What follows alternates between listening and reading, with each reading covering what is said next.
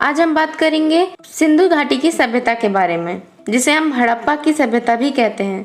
तो आइए शुरू करते हैं।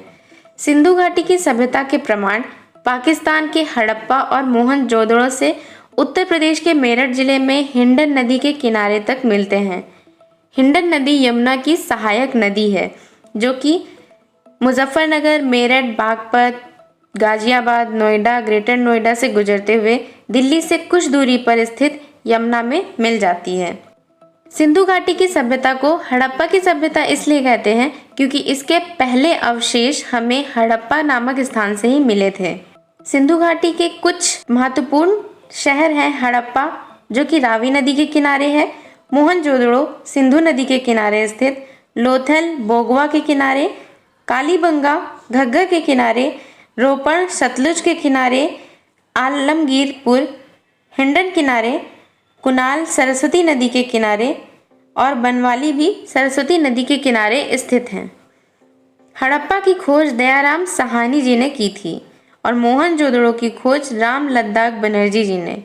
सिंधु घाटी के क्षेत्रफल के बारे में अगर हम बात करें तो यह क्षेत्रफल 12,99,600 वर्ग किलोमीटर तक फैला हुआ एक त्रिभुज आकार का क्षेत्रफल है, जो कि उत्तर में जम्मू से दक्षिण में नर्मदा तक और पश्चिम में बलूचिस्तान के मकरान समुद्र तट से उत्तर पूर्व में मेरठ तक फैला हुआ है। अगर हम सिंधु घाटी की सबसे बड़े शहर की बात करें तो अकॉर्डिंग टू क्षेत्रफल मोहनजोदड़ो सिंधु सभ्यता का सबसे बड़ा शहर माना जाता है। विद्वानों ने बताया है कि हड़प्पा सभ्यता के लोग बहुत ही अच्छे कारीगर थे, क्योंकि वहां पर कुछ ऐसे एविडेंस मिले हैं जिनके आधार पर यह सुनिश्चित किया जा सकता है।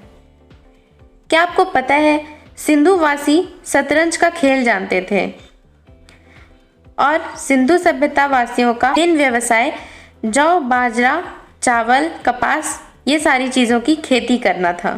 क्या आपको ये पता है कि सिंधुवासी स्वास्तिक बनाना जानते थे? मोहनजोदड़ो में खुदाई में मिले हुए एक मोहर पर स्वास्तिक का चिन्ह बना हुआ मिला है। फ्रेंड्स, सिंधुवासी अपनी राइटिंग में कई प्रकार के चित्रों का इस्तेमाल करते थे, जैसे कि मछली, इंसान, चिड़िया वगैरह। शायद यही कारण है कि अभी तक की हम उस भाषा को डिकोड नहीं कर पाए हैं। हमने बचपन से ही देखा है कच्चे घरों को, पर क्या आपको पता है कि सिंधु घाटी के लोग यानी कि सिंधु घाटी की सभ्यता में लोगों के घर पकी हुई ईंट के बने हुए थे। ज़्यादातर पकी ईंटों के घर बने हुए थे। फ्रेंड्स, मोहनजोदड़ो में जो सबसे बड़ा स्नान घर मिला था यानी कि बाथरूम, उसकी लीकेज को रोकने के लिए उसमें जिप्सम का कोटिंग करके उसके ऊपर चारकोल का प्रयोग किया गया था, जो ये दर्शाता है कि सिंधु वासियों को चारकोल के बारे में भी पता था।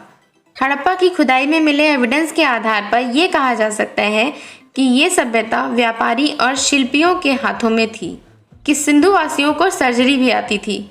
जी हाँ, जिस सर्जरी पे सवाल उठाए जा रहे हैं आज के परिप्रेक्ष्य में, उस सर्जरी के एविडेंस हमें सिंधु घाटी की सभ्यता में मिले हैं। नरकंकालों के एग्जामिनेशन के बाद में उन नरकंकालों में नकली दांतों का प्रमाण मिला है, जिससे ये साबित होता है कि सिंधु घाटी की सभ्यता के लोग सर्जरी के बारे में जानते थे। पुरातत्व विभाग के सर्वे के अनुसार हड़प्पा काल के अंतिम समय में वे लोग बीमारियों से जूझ रहे थे। सिंधु घाटी में भी कुछ ऐसे ही एविडेंस मिले हैं, जिसे कहा जा सकता है कि कॉर्निया फेशियल मेंटल डिसऑर्डर से ग्रसित होने के कारण इन लोगों की मौत हो गई और शायद ये बीमारी बहुत ही तेज़ी से बढ़ रही थी, जिसके कारण ये सभ्यता का अंत हो गया। भारत में सिंधु सभ्यता का प्रमुख स्थल धोलावीरा है।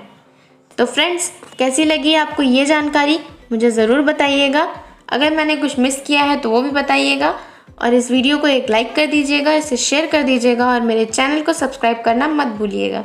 मिलते हैं नेक्स्ट वीडियो में, तब तक के लिए बाय बाय, टेक केयर।